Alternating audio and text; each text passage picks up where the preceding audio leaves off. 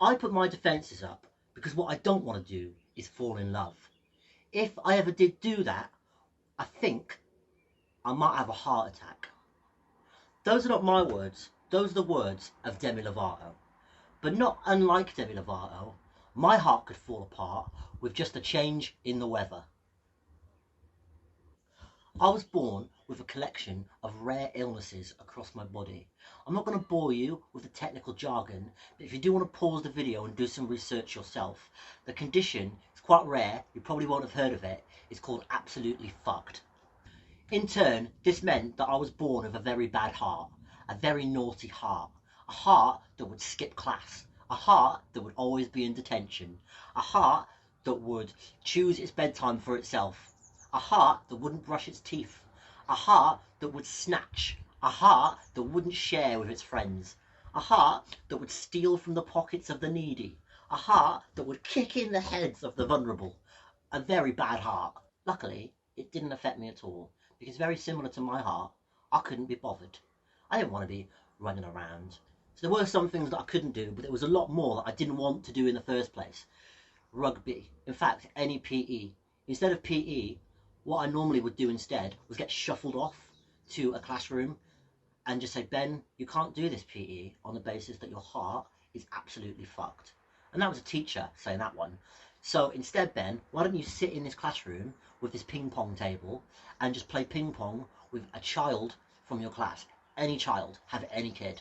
So me and this kid would just be shuffled off and just play ping pong in full PE kit, which was better than rugby still, but ludicrous scenario. After 25 years of this utter nonsense, someone finally decided that they should do something and fix me. That's not true. I've had about 40 surgeries, but this one is the important one. This is the one that today, class, we are going to discuss in detail. May 18th, 2018. Where were you? What were you up to? Do you remember? Actually, might have been May 17th. Can't remember. Didn't do the research. May 17th or 18th, 2018. Where were you? What were you up to? What I think you might have been doing is probably sat at home with a loved one, cuddled up, maybe with your mum or your boyfriend or your girlfriend, watching the royal wedding, thinking, the pomp, the majesty. What a beautiful occasion. The whole nation's come together to celebrate this beautiful love between Americans and the British, between aristocracy and scum. Eh?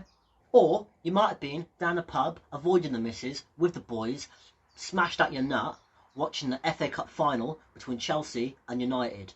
I think Chelsea won 1-0 after extra time. I can't remember. Why can't I remember? I was getting my sternum and my chest bone cut into two, sawn into two, getting bits of my heart taken out and replaced with bits of dust, old records from the 1970s, used tins from last year's harvest. I was just getting mangled about.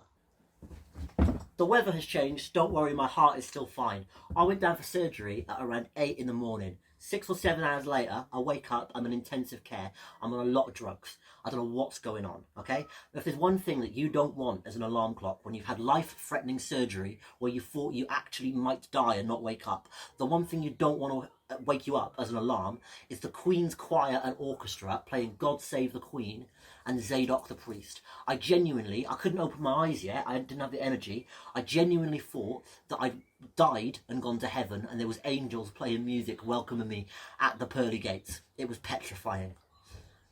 Then I heard my mum's voice in the background ask if I was alright, and I knew I definitely wasn't in heaven yet. At some point in time later, it could have been hours, it could have been days, could have been years, I'm not sure, I was on a lot of drugs. That was over there, she was upside down, his face was on his kneecaps. I didn't know what was going on. But at some point in time later, I woke up again. My eyes weren't open. I didn't want to confront the mayhem, the catastrophe that had occurred. So I kept my eyes shut, but my mum told me, I heard my mum's voice say to me, Ben, don't worry, I'm going to leave soon, but don't worry, you have your own personal nurse. She's here, she's not going anywhere, she's for you and you alone.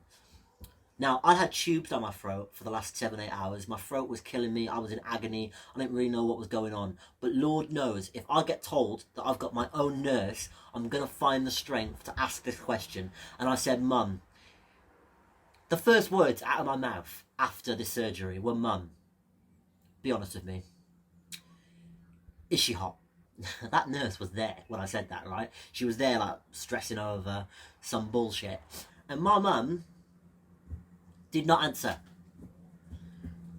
So I knew something was up.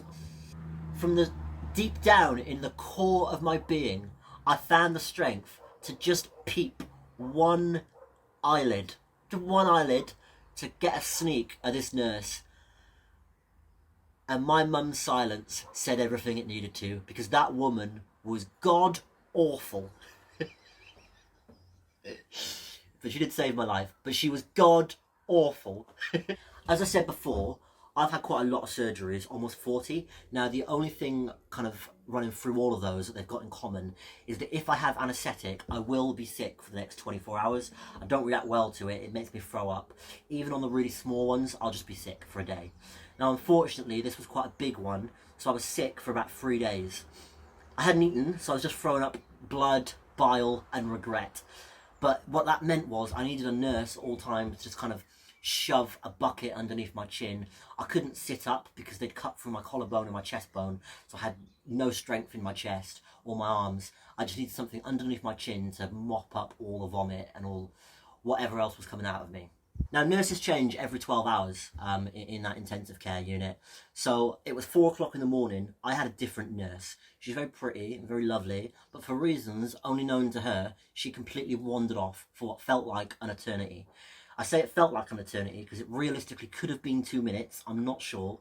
The drugs were playing tricks in my mind. The room was upside down. It felt like I was in a different room every time I opened my eyes. I didn't know what was going on. But the point is, she wandered off and I needed to be sick. Now, I'd run out of things to be sick in. I didn't have the strength to sit myself up.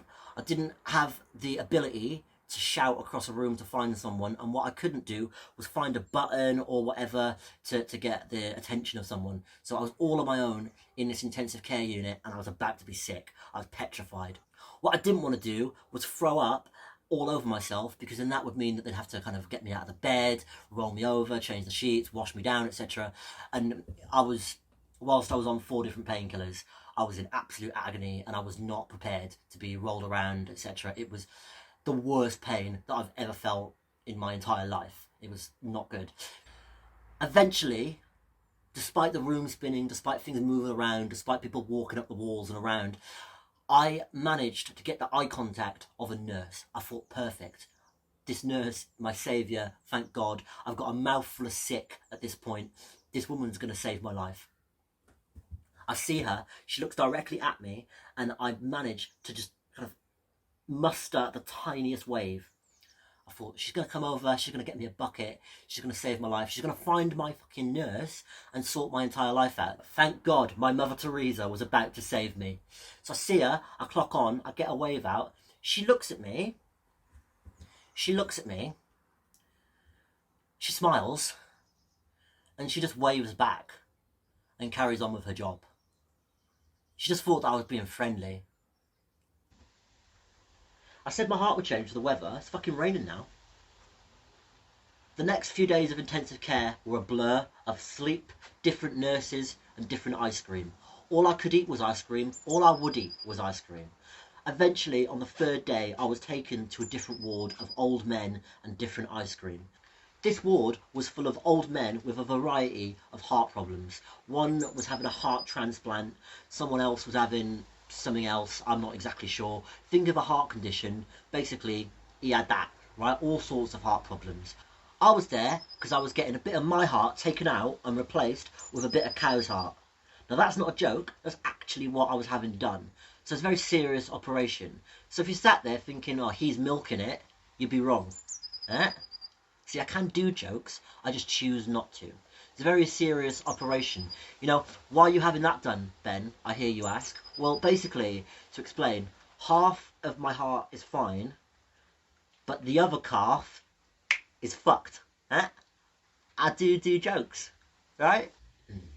Intensive care was one thing, but being in a room with old men who were never happy was something completely worse.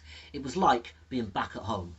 In intensive care, I could sleep as much as I want, I could eat ice cream. I mean, that is essentially, that is all I did. But in this ward, I couldn't get a wink of sleep. because every time I managed to shut my eyes for a second, someone else would die. The worst and frankly most selfish man to die was a man who insisted upon getting out of bed between the hours of 1 and 7 a.m, which is my favourite time to sleep. Now he was in no fit state to even lie down in that bed, let alone get out of it. He just had really invasive surgery, he had wires coming in and out of him, but he, for some reason, unbeknownst to me or him, insisted upon trying to claw his way out of bed every night. I'm not sure what his endgame was in trying to get out of that bed, because there was nothing of interest in that room besides this pretty face. And let me tell you this, he was getting nowhere near this moneymaker. I was in the bed opposite him, and I'd given up all attempts to sleep that night. I was sat in the bed, just on my phone, probably texting a pretty girl, let's face it, and trying to get the attention of a nurse to look after this guy who was essentially trying to claw his way out of bed. And these beds were quite high, and he was very frail, so I was quite worried. Eventually, though, a nurse did come, help him back into bed. He'd kind of fallen out into a chair, luckily. And essentially, she kept putting him back into bed, and he kept kind of falling his way back out. And with all due respect, I gave up, because there was no helping him. I don't know what he was trying to get to, but we couldn't have done anything. This went on for about an hour or two, and he was getting louder and louder and more argumentative, and I was getting more annoyed, because realistically, the only person in this story who's important is me. Anyway, to cut a long story short, right, basically, he died, right, he just died, right, in front of me. I was the only person on earth to see his last few hours, and he's just dead. And if I'm honest, that actually did really scare me, because, you know, I'd had a similar surgery to him. I was in the same ward as him, and he died scared, confused, and alone. And I was there, and there was nothing that I could do to help. You know, I didn't have any strength, or I couldn't do anything. But I just kind of just watched him suffer for hours, and then eventually succumb to his death. And that could have been me, you know.